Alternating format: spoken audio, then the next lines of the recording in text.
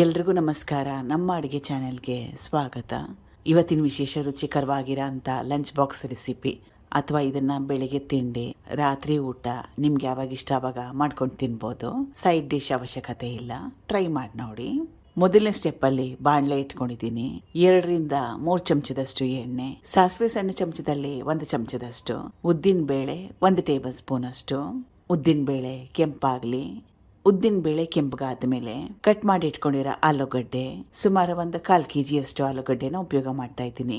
ಇದು ಹಸಿ ಆಲೂಗಡ್ಡೆ, ಬೇಯಿಸ್ಕೊಂಡಿರೋದಲ್ಲ.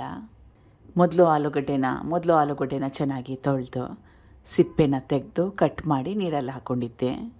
ಹಸಿ ಬಟಾಣಿ ಸುಮಾರು 100 ಗ್ರಾಮ್ಸ್ ಅಷ್ಟು, ಅರಿಶಿನ ಸ್ವಲ್ಪ, ಚಿಟಿಕೆಯಷ್ಟು ಉಪ್ಪು, ತರಕಾರಿ ಸಪ್ಪೆ ಬರದೇ ಇರಲಿ ಅಂತ ಕಲಿಸ್ಕೊಂಡು ಆಲೂಗಡ್ಡೆ ಮತ್ತು ಹಸಿ ಬಟಾಣಿ ಮೆತ್ತಗಾಗೋವರೆಗೂ ಬೇಯಿಸ್ಕೋಬೇಕು. ಬೇಗ ಬೆಂದೋಗುತ್ತೆ. ಸುಮಾರು 5 ನಿಮಿಷ ಮೀಡಿಯಂ ಫ್ಲೇಮ್ನಲ್ಲಿ ಬೇಯಿಸ್ಕೊಂಡ್ರೆ ಸಾಕಾಗತ್ತೆ.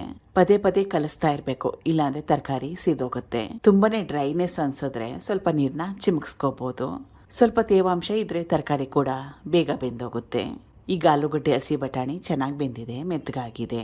ಇದು ಬ್ಯಾಡಗಿ ಅಚ್ಕಾರದ ಪುಡಿ 1 ಟೇಬಲ್ ಸ್ಪೂನ್ ಅಷ್ಟು, ಗರಂ ಮಸಾಲ ಸಣ್ಣ ಚಮಚದಲ್ಲಿ 1 ಚಮಚದಷ್ಟು. ಗರಂ ಮಸಾಲೆಗೆ ಬದಲಾಗಿ ಮ್ಯಾಗಿ ಮಸಾಲ, ಈ ಮ್ಯಾಜಿಕ್ ಅಂತ ಬರುತ್ತಲ್ಲ ಪುಡಿ, ಆ ಮಸಾಲ ಪುಡಿನ ಕೂಡ ಸೇರಿಸ್ಕೋಬೋದು. ಅಚ್ಕಾರದ ಪುಡಿ, ಗರಂ ಮಸಾಲ ಇಷ್ಟ ಇಲ್ಲ ಅಥವಾ ಮನೇಲಿಲ್ಲ ಅಂದರೆ ವಾಂಗಿಬಾತ್ ಪುಡಿ ಇದ್ದರೆ ಅದನ್ನು ಕೂಡ ಉಪಯೋಗ ಮಾಡ್ಬೋದು. ಕಲಿಸ್ಕೋಬೇಕು. ತುಂಬಾ ಜಾಸ್ತಿ ಒಣ ಡ್ರೈನೆಸ್ ಇದೆ, ಅದಕ್ಕೋಸ್ಕರ ನೀರನ್ನ ಚಿಮುಕ್ಸ್ಕೊಂಡ್ಮೇಲೆ ಮತ್ತೊಮ್ಮೆ ಕಲಿಸ್ಕೋಬೇಕು. ಇದು ಮೊದಲೇ ಮಾಡಿಟ್ಕೊಂಡಿರೋ ಅನ್ನ.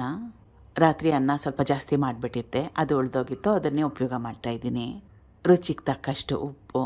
ಆವಾಗಲೇ ಸ್ವಲ್ಪ ಉಪ್ಪು ಹಾಕ್ಕೊಂಡಿದ್ದೆ, ಅಂದರೆ ಚಿಟಿಕೆಯಷ್ಟು ಹಾಕ್ಕೊಂಡಿದ್ದೆ, ತರಕಾರಿ ಸಪ್ಪೆ ಬರದೇ ಇರಲಿ ಅಂತ. ಅನ್ನ ಹಾಕ್ಕೊಂಡ್ಮೇಲೆ ಇದಕ್ಕೆ ಎಷ್ಟು ಅವಶ್ಯಕತೆ ಇದೆ ಅಷ್ಟು ಉಪ್ಪನ್ನ ಹಾಕ್ಕೊಂಡ್ಮೇಲೆ ಚೆನ್ನಾಗಿ ಕಲಿಸ್ಕೋಬೇಕು.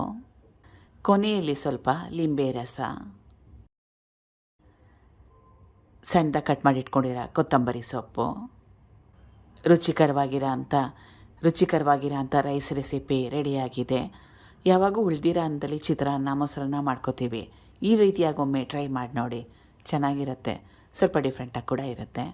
Thank you for watching. ಧನ್ಯವಾದಗಳು.